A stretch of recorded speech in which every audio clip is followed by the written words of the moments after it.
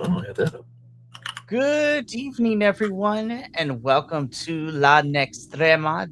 This is our NXT PLE post show here at BC Wrestle Pod. My name is Mikey El Jefe of BC Wrestle Pod, and of course, with me this evening is El Blanquito himself, the Pleat Father, Kiltman, who was in the building for this one. So I can't wait to ask him and chat with him about this one. And yep, go ahead. I'm going to interrupt you because you know what is so important about today? Was that? It is our Twitch affiliate anniversary. Oh, damn, you're right. So, happy affiliation to us. Remember, if you are a Prime member, you can always go over to the Purple app on Twitch and subscribe to us for free. Give us that Bezos money. There's also a few other ways you can give us some money, specifically Ko-fi, and as well as also all of our merch, which you'll see links in chat later today. Thank you for doing the intro. But yes, You're welcome. it makes my job a whole lot easier. Shoot, you could be like, you'd be like, Kilt, do the intro. I'm like, I'm a little energetic. I literally missed doing this last week because I really wanted to do it because I was excited because there's so much to talk about this show. Holy crap! Yeah, it's like what Kilt has said. We are here to talk about NXT's The Great American Bash. Yes, this aired 2 weeks ago, and while I was gone on vacation at Salt Lake City last week, but we are here because I want to talk about the show because it's an important one, as this is the first PLE for NXT now on the CW. Now that all their PLEs will be airing on the CW. And on top of that, we're also going to discuss a little bit about what happened last night on the July 7th edition of NXT because we are building up. We have about 6 weeks or so, but we are building to the next PLE for NXT, which is Heat Wave, which is going to be happening August 30th, which is going to be insane. So, yeah, Kill did all the intro bit.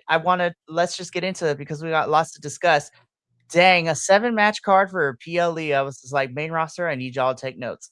Oh, they need to be scribing into stone right now. So far, the only great thing about main roster is freaking the brother promo by LA Knight, and I'm like, yes, I have to agree. There is so much that was in this event that was so great. Now, transportation was a little weird because this is the second week that they have been running their new ticket system used by which is pushed through via Universe by Ticketmaster, which the old way was better, you fucking idiots.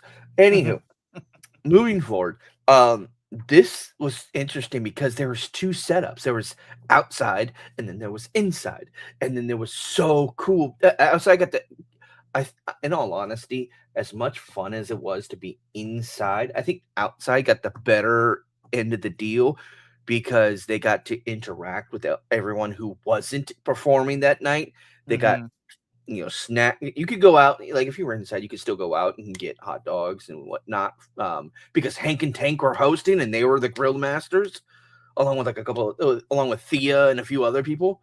And I'm gonna complain about Thea later. They did my girl dirty, or dad dirty, whatever. She's doing this whole dad thing. And it was great. Like I almost didn't go inside because I got flagged down by Hank and Tank because they saw my jersey. I And they're like, love that. oh, it's ostrich. I'm like, yes, it is. It's like we haven't seen anything, but we haven't really seen anyone buy anything. But there you go, you have one. I'm like, yes, I need the others.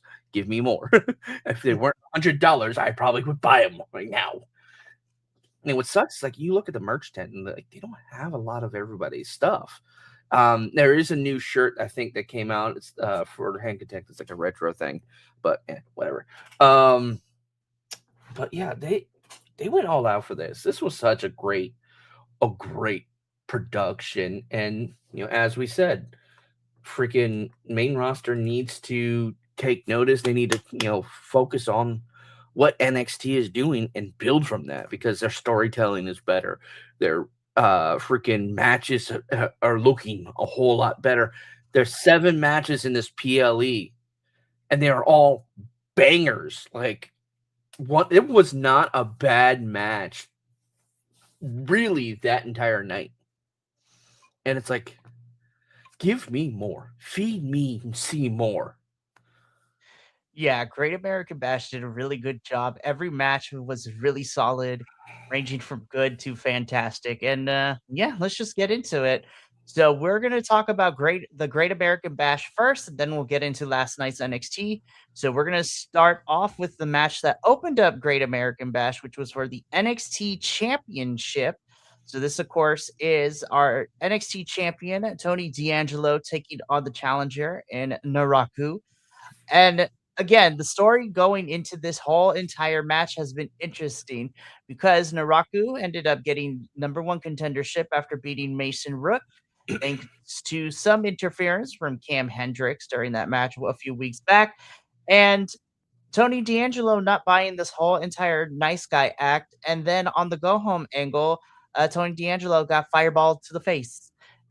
So that is, and Tony D'Angelo would be fighting with said band aids across his face during this match. And so that is how we got here. I'm not going to lie. I was very surprised to see this match open up the show. Um, Only because I know that this was a big main title bout. So I was expecting it to be towards the tail end of the card, but honestly, I was pretty okay with it opening up the show. I thought this was a really solid back and forth between Tony D'Angelo and Naraku. Again, this was a really nice first big feud for Naraku now that he has settled into NXT. Also, very surprised to see Tony D'Angelo beat Naraku clean here. I was expecting some shenanigans. I was expecting a stunt, but no, Tony was able to win. He beat Naraku clean. No shenanigans. No, you know, nefarious means to win. Solid bout. I don't really have I don't have too many complaints about this one. This was like it was banger start to finish. I can't sit here and talk enough about how much fun this was. And I do love what they did with the matches because they did men's NXT title, women's Great American title, men's American title, women's NXT title. And the only thing that could have made this better is if they threw in the tag titles, and they brought the tag back to fucking NXT for the women. Anyway, moving on. So it's been it was cool to see, and it was probably hard for Tony, to stay as one eyed the entire night because his bandage kept slipping. He kept having to readjust. Um, and it was, God, this was so banger.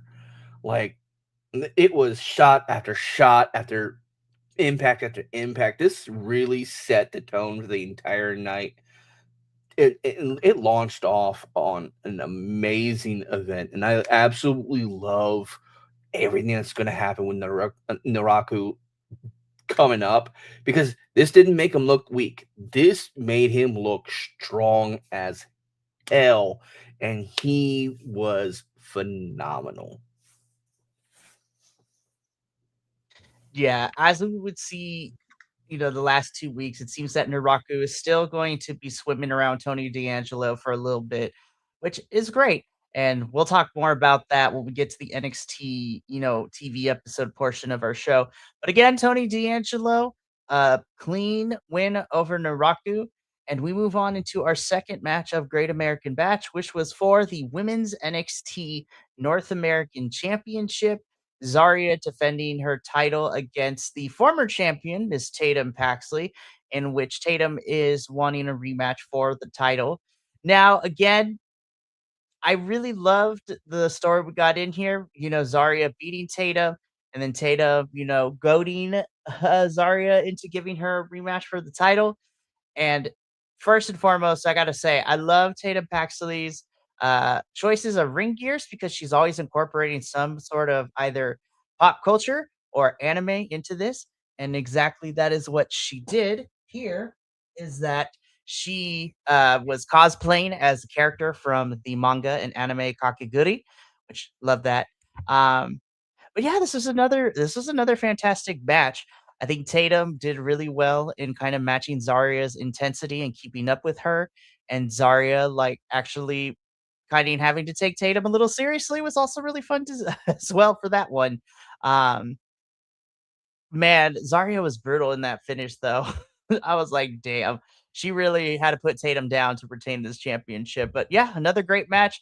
I think Tatum is another one where I don't know what's left for her to do here, so I don't know if they wanna there has been talks of her maybe possibly going to main roster here soon, but who knows? But again, this was a really fun and great first title defense for Zarya against, the person she won the title off of, and another match I don't have any notes on. I thought it was really solid work from both of these women.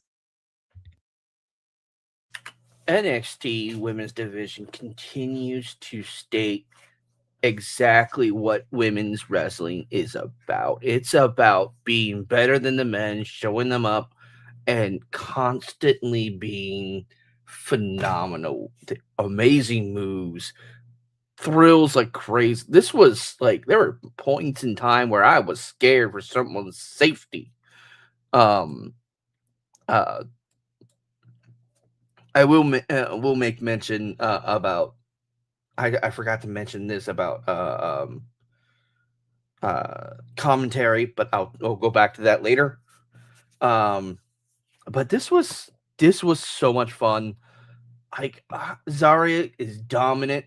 As you said, what's going to go on with Tatum? She was used for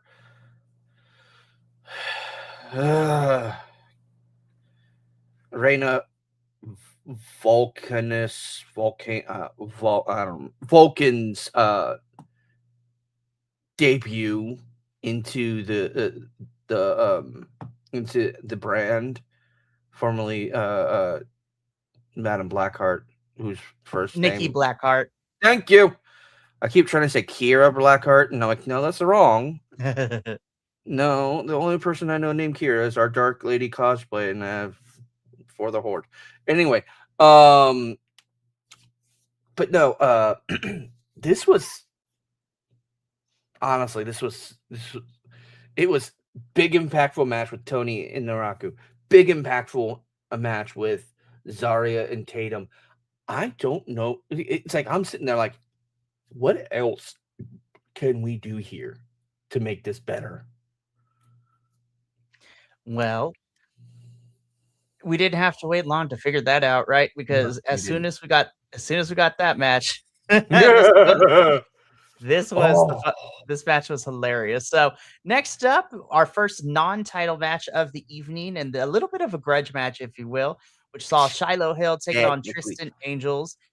technically, it was a title match because it was to reclaim the Mr. NXT title. That's very, very Technically, fair. and you know what? Being technically correct is the best kind of correct. Well, since I got actually by Kilt here, I'm gonna give him the point for that one because Yes. technically this was for a title, but not in a tradition and not in the traditional sense, as this was to reclaim the title of Mr. NXT for Shiloh Hill, but it was Shiloh Hill versus Tristan Angels. Again, they have been feuding for the last month and a half or so, and we had the Mr. NXT patch in a couple weeks ago, which led to having a series of matches after that. And here we are, Great American Bash. This match was fun to watch again. Shiloh has become really over with the crowd over the last couple of months, and I thoroughly enjoyed him. Tristan Angels is also annoying, but he's doing his job perfectly. The best part, well, my favorite part of this match is obviously when Tristan goes underneath the ring, and we literally have a scream-esque type of call-in scene where a cell phone is ringing underneath the ring, and Tristan goes to answer it, and Shiloh is the equivalent of us like, "What's your favorite scary movie?" Like, and then begins to choke Tristan out. Tristan gets out from under the ring, and Shiloh once again is choking him out. And Shiloh Hill is able to win and reclaim Mr. NXT title. So this was just a fun match. This was the sport. I was sports entertained, as the kids say. I was sports entertained. It was. This I'll be was back. okay. Somebody's at my door. Oh, okay, cool. I will yap. Because this was amazing. Like I legitimately love every minute of this because this is starting to give freaking Bray Wyatt Funhouse vibes, and I'm 100,000% for that. Um, like I absolutely love it. Ooh, sorry, distracted. Important conversation. Anywho, it was great. It like, and the cool part was yes, it was a pre-cut. Um, it was a pre-cut transition. Because obviously, they're not gonna. They had to, choke out Tristan under the thing, and then have Shiloh come in from behind him and choke him out. When after he got out, which was cool because they did a little bit of smoke and mirror with with the lights and cutaways and such, and it was really good. I actually enjoyed it. Um, this is good. This is giving some spooky. We're gonna do some spooky dooky, funky shit with Shiloh, and I'm all 1,000% for it. I think we're gonna get our like a new version of the Playhouse, and I'm excited. I'm very excited. It's going to be a lot of fun. And this was definitely a well earned victory for Shiloh. And we'll talk a little bit more when we get to the NXT episode, but it seems that him and Tristan are not quite done with each other yet. So I'm here for more shenanigans.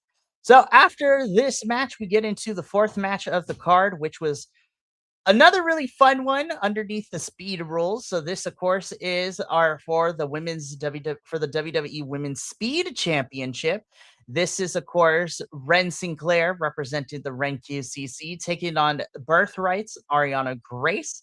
Ariana Grace got this opportunity for this match by winning the number one contenders tournament, and thus Ren QCC would be in full effect this evening because with Ren defending her title and Kendall hoping to vie for the NXT Women's Championship, Kendall had to show up and show out, and that is exactly what she did. Birthright tried to cause some interference, but Ren was able to keep up and not allow them to get in her way. And yeah, Ren Sinclair hits her finisher, makes Ariana tap, and that's all she wrote for this one. And Ren Sinclair is still your WWE Women's Speed Champion. I absolutely loved seeing Ren just pop Charlie right in the mouth. And one of the funny things is, whenever I see Charlie walking around with the Birthright, it looks like he's just there because he kind of has to be. He's not like really into it like the rest of the team. He feels so out of place still. And we've He talked is about this before. It's like, put you back on the charger. It was just, it's like, when he's in the ring, he's serious and getting shit done, but it's like, they really need to rename white privilege to something else because holy shit. Like, I hate this team's name. Like, beyond. Birthright, yeah, NXT and WWE in general. I'm like, I need to know how we're coming up with these names because between Birthright and Nicole, I'm just like, I don't know how I feel about this. Now, we'll get into my next thought process later, towards the end, because I just remember something and I wanted to go over it. But this was a good match. This was like, I don't know, like I can't say anything negative about this match because it was fun, it was fast paced, it was a good setup. I'm glad that Ren was able to maintain, and now Ren QCC still has the speed tourney. You know what they should do? They should give Ren and Kendall the freaking women's tag Mhm. champions, so that way they can be double champions for like I don't know a small bit, just for a little bit, and then give it back. I mean, look at freaking Lola. She's been the mixed tag champion for how long now? Trying to think. For a hot minute, at It's been least. at least 2 to 3 months. Yeah.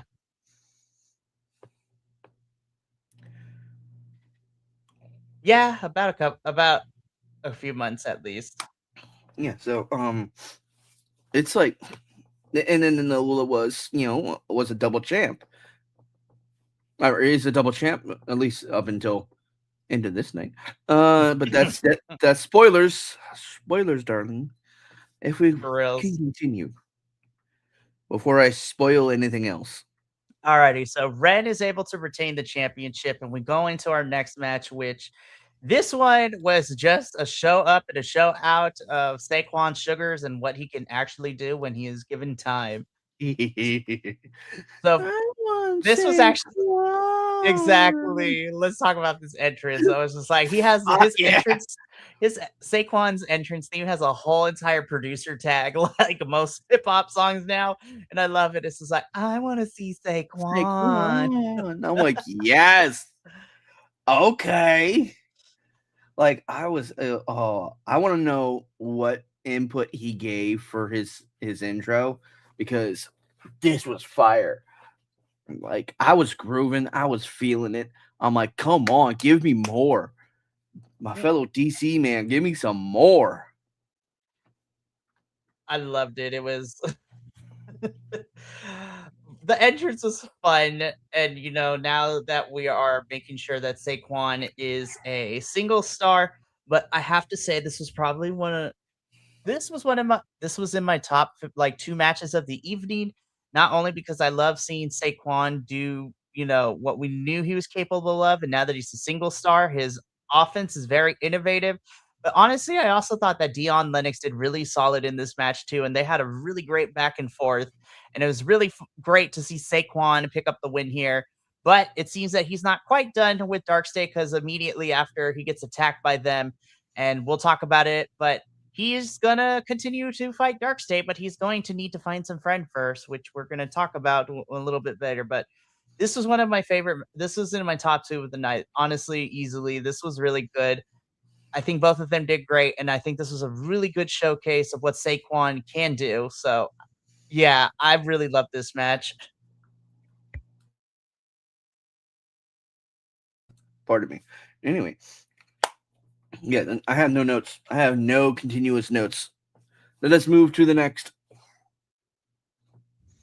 So we go from one match that was really awesome to watch to another one, and I'm not gonna lie, this was my favorite match of the entire night. Like, holy hell, man! Talk about when you talk about when two opponents know each other and have been together for so long, and they have been able to develop wrestling together and against each other. This was a match, man.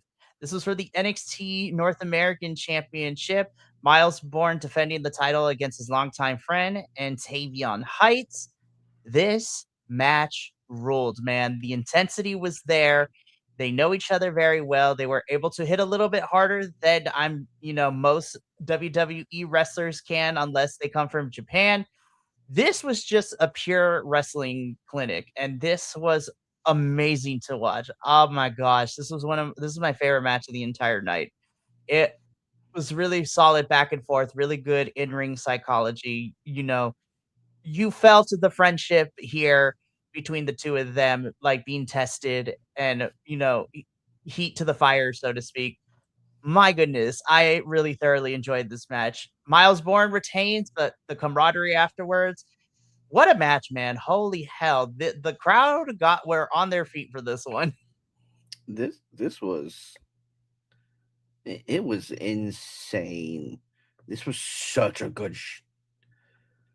I don't know how much more I can say about this, because holy crap, like This was nailed. This was like edge of your seat watching.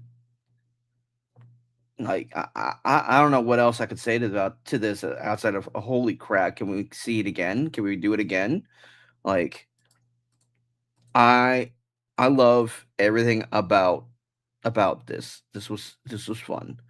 This was so much. I have no negativity here outside of what we'll talk about later when we talk about the show, the next 2 weeks or the previous 2 weeks. Blah, blah, blah. We'll talk about the rest of this later, but holy crap, this was good. It really was. Then it just kept that energy going into our main event of the evening, the NXT Women's Championship main event at Great American Bash. Lola Vice defending the title against challenger Kendall Gray. Kendall winning a number one contenders match to get this opportunity.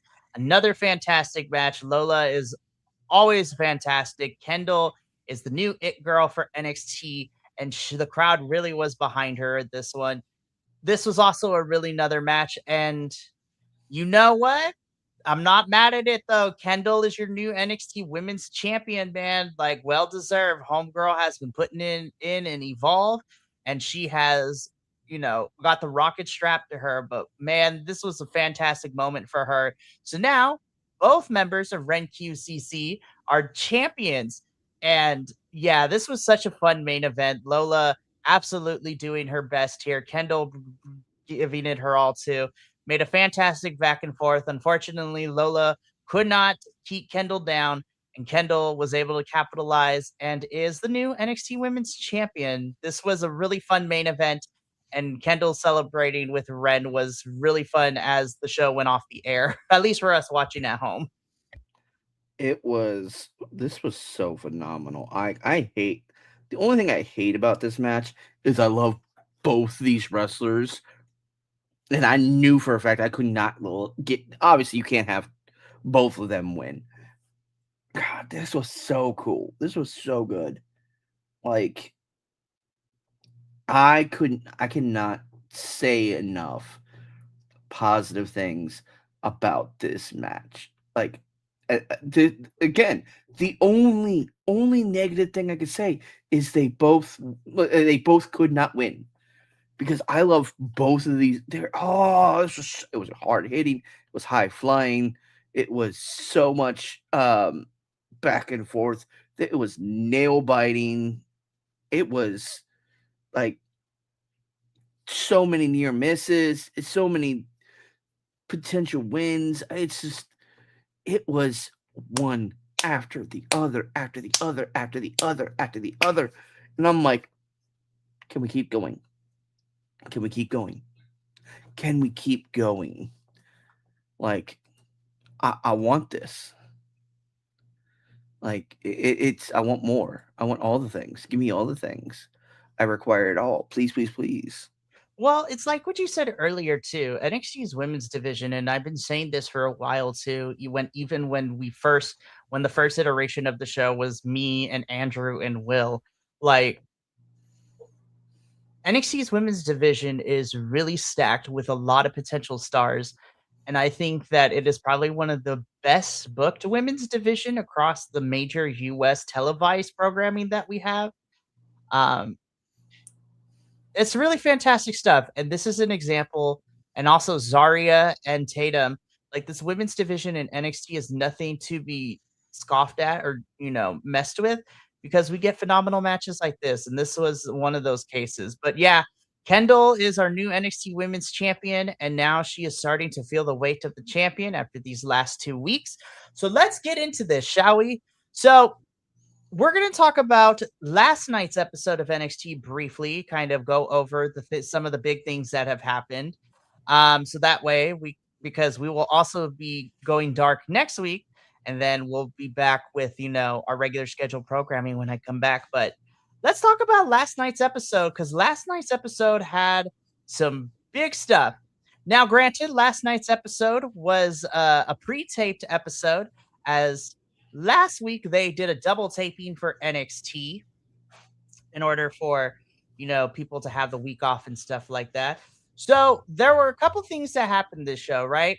So of course we opened up with Callie Armstrong, cutting a promo, and then Lola and Kalani interrupting, kind of setting up those three to be the ones circling around Kendall for, a shot at the NXT Women's Championship, which in our, which we would, which we're getting a triple threat next week to figure out who becomes number one contender. What I'm assuming will be the one to face Kendall for the title, probably a lot sooner than I think, because Heat Wave is not until August 30th, so we have a very long time to get there. So should be interesting. Um, some other things in terms of match wise happening. We have Dorian Von Dukes and Sean Legacy as new number one contenders for the NXT tag title. So they will be getting that match next Tuesday against the Vanity Project boys. We also, Boo. yeah, so I'm just like, and it also seems that OTM and Birthright might be fighting for a little bit, which could be interesting. Maybe, hopefully, we shall Okay, I see. want to pause for a moment on OTM Uh huh. because what's his name? Oh God, I always Bronco Bronco Nima is part of AAA's Perros del Mal down in Mexico, which is very interesting. yeah. I'm like, okay. I don't like. I love OTM. They got my. I'm right there with them. But my problem is that's going to be a lot for him to to go back and forth and stick. And it's going to be a lot of storyline it's going to get kind of confusing and somewhat bled through. And that's the one thing that frustrates me about that, because it's like I love him as on As part of OTM. OTM and NXT. And it's like, but I want him to be on AAA because I know he'll do amazing. But the problem is there's storyline that needs to be finished. Also, fuck Birthright. So yeah, so that was one match. We also had Keanu Carver destroy Hank. No, So Hank. Yeah. Keanu Carver pushed Hank off the stage during the cookout Mm-hmm. For Great American for Great Bash. American Bash. Hank wanted his lick back, or Tank wanted his lick back for Hank. So that's what got this match. That match was phenomenal. Like, holy crap, was that good?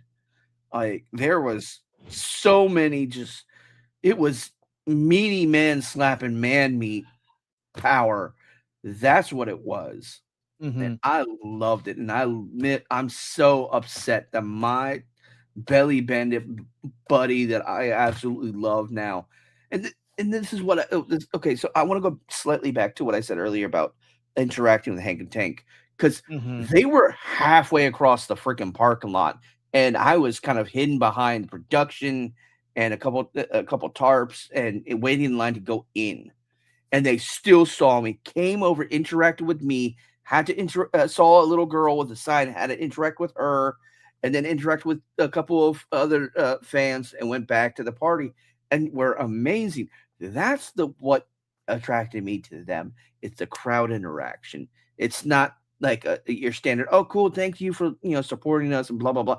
No, it's getting in there and just like kind of like literally becoming almost friends with the crowd, almost like cheering on the crowd in their own way. And it's just like it's such, I just love that. And that match with Keanu Carver was phenomenal. I loved it. I want more of it. I want more Hank and Tank in general. Please keep them on my screen. I hope Hank is okay, and I hope Tank isn't injured. But with the way that went, I think probably I won't have them on screen outside of like vignettes, probably. Right. Ooh. So, in terms of other matches that happened, we also had a women's North American Fatal 4-Way number one contendership, in which we saw Layla Diggs come out the victor as she was facing Izzy Dame, Lizzie Rain, and Thea Hale for this one. They Though stole my girl. I know, but it seems that Thea is going to be busy too, because Thea is also participating over in TNA for their Knockouts Television Championship tournament to I be did see crowned the that. inaugural TNA Knockouts. And so she and Wendy Chu are representing NXT and Evolve in that tournament. So that should be very interesting as well. I'm excited. We also got Nico Vance defeating Shiloh Hill thanks to Tristan Angels coming in and costing Shiloh the match. And also, we're going to talk about, and then Sean Spears coming out hitting Nico with the chair. The chairmaster is back. And then Kendall Gray defeating the low-key legend Natty to retain the championship. Sorry.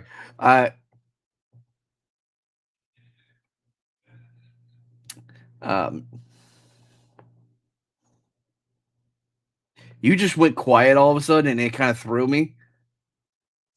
My bad. It's like I hear voice. I heard the background voice, and then I'm sitting there. I'm like, kind of like mostly mumbling to myself because that's what I do a lot. Because the bitch deserved it, fucker. But yeah, the low key legend got squashed. The funny thing was Ren tried to protect. Basically tried to keep. Nikita and Carmen from interfering. And he basically was getting trounced on it. And here comes Lola. I'm like, yes, mommy, come on. So that was a good match. Yeah, Kendall retains, and of course, Lola, Callie, and Kalani are kind of swarming around Kendall. We also saw Jada come out and tell Natty that it's not over between her and Natty. Some other stuff that happened like backstage, Saquon is not done with Dark State, but he is going to have to look for some friends to help out because he's not dumb. The numbers gain is going to be too much for him. Also, Mason Rook is still not done with Cam Hendricks because, Cam is spreading lies, and it seems that Mason and Tate Wilder might be friends, like in the kayfabe universe here of NXT television. It seems that Miles and Tavion are gonna have beef with the Vanity Project boys, especially Jackson Drake and them. So that's interesting.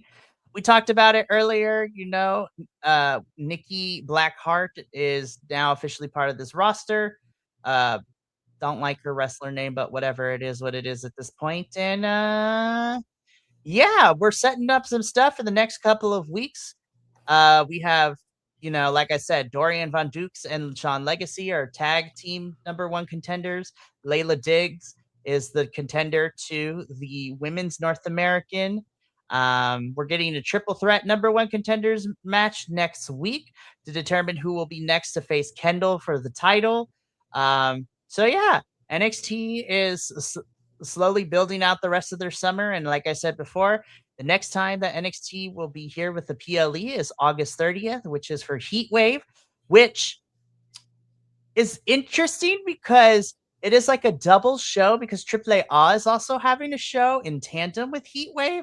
So it's 2 shows for the price of 1, I guess, which is also, I love NXT, but I'm tired of WWE always putting NXT up against the AEW shows because that August 30th date is the same day as AEW's All In at Wembley Stadium in London. I'm like, why must you give me like 18 shows to watch in one day? Because they don't like us and they want us to suffer and they want us to only watch their product. Even though, in all honesty, if it wasn't for NXT and AAA, WWE would be shit. It really would be. Anyways, that has been our Great American Bash post show. Again, for the first PLE on CW, great stuff. I'm not even going front. Like, this was really strong outing for NXT. When I did the report card, I gave it a B+. I thought it was a very solid show, really good wrestling. There wasn't a match on here that I thought was horribly bad. And I'm looking forward to Heat Wave coming up in August. But Kilt and I are going to get up on out of here. But before we do, let me tell you what we have for the rest of this week. Later on, about 8 p.m. Pacific, Will and I will be here to do a double feature for CMLL. So we're going to talk about some good lucha libre action from Arena Mexico for CMLL. Then on Friday, I have Radio Free Will and myself. We will be breaking down TNA's Slammiversary pay per view, as well as talk about the recent departures and re signings of the company, and also break down this Knockouts television tournament with 16 participants. So it's going to be fun to talk about. But from all of us here at BC Wrestle Pod to you at home, remember, take care of yourself, love one another, stay iconic, and more importantly than anything, you always deserve to finish your story. I will see you in a matter of 2 hours for CMLL. But until then, sayonara, adios, and until next time, peace.